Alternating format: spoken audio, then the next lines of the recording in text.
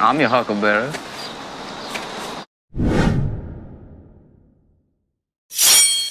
What's up, fishy friends? Welcome to Tim's School of Fish, and class is in session.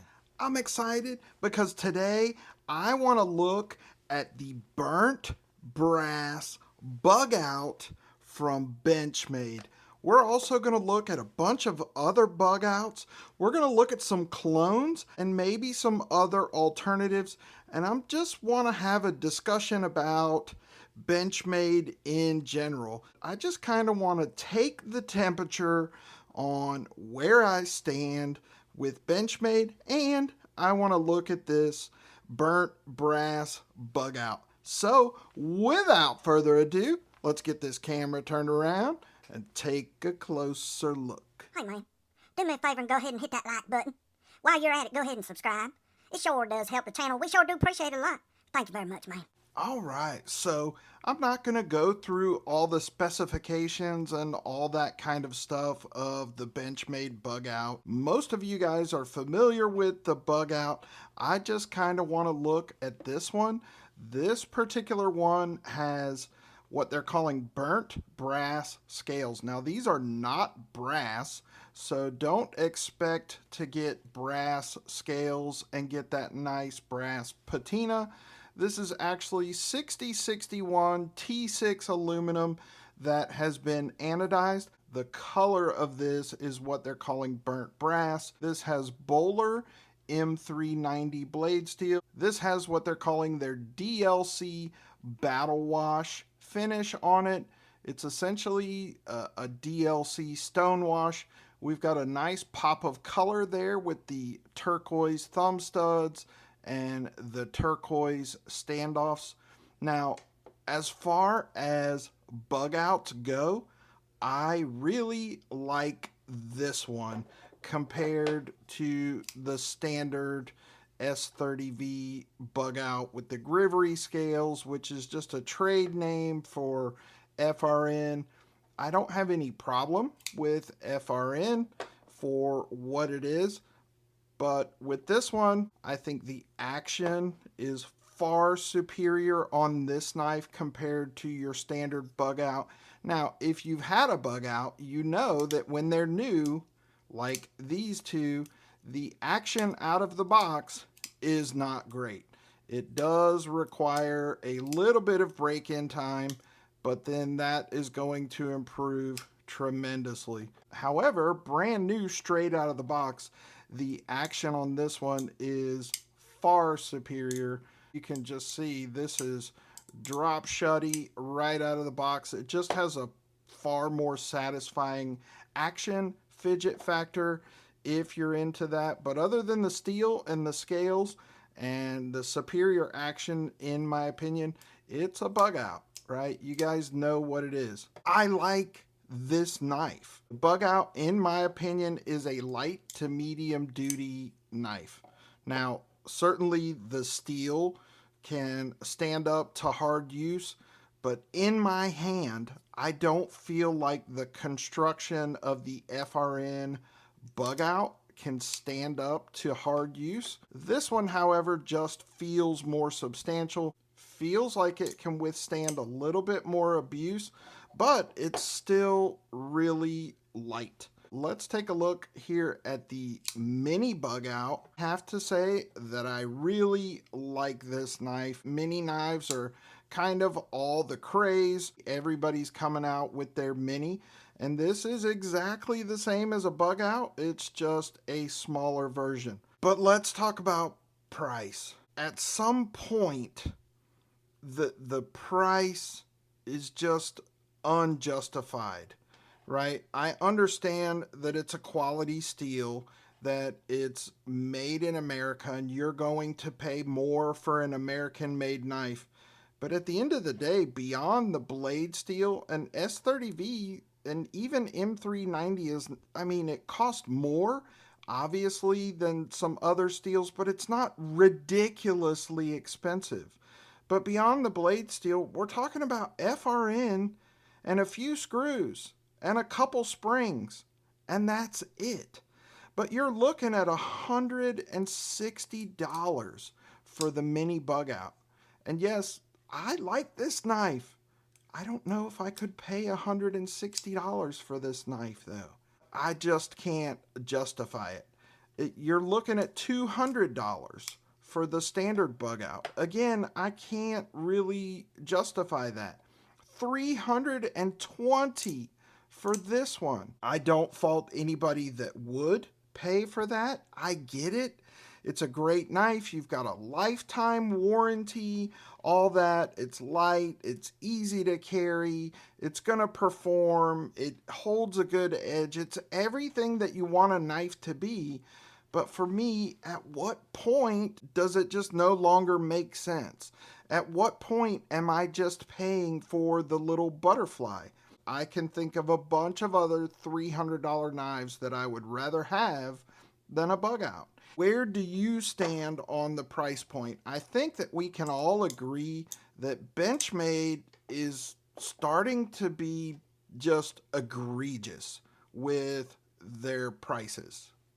It's just kind of getting out of control across the board, and it feels like nobody is there to pump the brakes and just say, hold on a little bit here, guys. What is our mission here?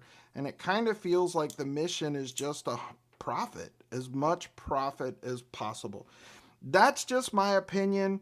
I mean, I don't hate Benchmade. I just can't justify the price. And a lot of that has to do with the way that I use my knives. I don't use this type of knife for any kind of hard use. A folder like this is a light to medium duty knife for me. Now, what does that mean? That means it opens packages, boxes, bags, feed bags, plastic clamshell packs. I might cut some nylon rope, some paracord, maybe some fabric. I might cut some plant stalks in the backyard. And that's pretty much the extent of it. If I'm doing anything that's more hard use than that, I'm reaching for something that's got some more backbone to it. And I'm probably reaching for a fixed blade. I'm not reaching for a folder. So, if you use your knives in the same way, maybe a $20 clone makes sense to you. This is one of those Hua'o clones, and this is a true clone in every sense of the word. There is no distinguishable differences between the Bugout and this Hua'o clone. They are exactly the same down to the clip. The only difference between these two things is the logo and the steel. Now, hear me out. If you're using your folding Bugout knife the same way that I use my folding knives, which is just to open a package, open a clam pack, cut some plastic, cut some feed bags, maybe cut some rope, cut some plant stalks, eat your food, cut a steak. This, even though it has crappy 7CR steel, this $20 knife is going to serve that purpose. It is going to perform equally as well as that at doing those tasks. Do you have the warranty? No. Do you have the sharp guarantee? No. It doesn't have any of that. But if you strop it back up after you use it, this is going to perform just fine at those tasks. And it's $20 instead of $200. So I guess my point is, if you're using your knives in that way, is 10 times the price difference justified? Maybe it is for you, not for me. Then we could look at some other ones that aren't really true clones, but I would say they're more of an homage. The $10 Ozark Grail Benchmade clone. This is not a true clone. All right, you can see the differences in the handle. You can see the difference in the blade grind. The axis lock is different. The thumb studs are different. The clip is different. There are a lot of differences. This would serve you perfectly well. You're going to have some QC issues with this. Mine was a dud and I had to work on it a lot to get it to work, but it works just fine. It works just fine. In fact, the action on this is superior to a bug out even once the bug out is broken in. And I also like the axis lock on this one better because it protrudes out just a little bit. The bug out, the axis lock is almost flush with the scale, and in my opinion, you kind of have to dig your finger down in there to actuate the lock. So, believe it or not, I actually prefer the axis lock on this $10 Ozark Grail Bugout clone, and the action is superior. So maybe you don't even have to spend $20 on a bug out type knife. Maybe $10 on a bug out type knife will do you just fine. In fact, this Ozark Trail is probably better than this Hua'a'o. It certainly has better steel. D2 is better than 7CR every day of the week. So maybe you don't even have to spend $20. Maybe $10 will do it. Maybe $5. Maybe the $5 Ozark Trail Benchmade clone, which again you can see is not a true clone. Now, this one has crappier steel, 5CR or 7CR or something like that. But again, if all you're doing is opening boxes, cutting some tape, maybe cutting some paracord, some nylon rope from time to time, and opening some feed bags and cutting up your food, these are going to be just fine if all you're looking for is a knife to perform. Now, it doesn't have the pocket clout of saying I've got a Benchmade bug out, certainly not. But they're going to serve you just fine. So let's take a look at the Mini. This is the one that I really like, but $160, $180, I'm never going to use a knife this small to justify that steel or that price. So maybe a $20 Hua'a'o clone will serve you just fine. For the way that I use this knife, this serves me just fine. It's really for you to decide. For me, I'm not gonna go for a $20 Hua'a'o clone with 7CR, either the full size or the mini. I'm not gonna go for the Ozark Grail Benchmade clone in D2. I'm not gonna go for the $5 Ozark Grail Benchmade clone with unknown steel. I can get a better grade of steel with a similar type knife, FRN, nice and light, with better quality control out of something like this. For $30, the Pyrite Light. FRN scales, I've got AR RPM 9 steel. We're not even going to talk about all the controversy about that. It's a decent steel. It has always been a decent steel. It's not a super steel. It's better than 7CR. It's better than 5CR. It's certainly not S30V. It's a decent steel. It's a good budget steel. It's far superior to any of those clones. I'm going to go for something like that. $45 or $50 for the large Pyrite Light.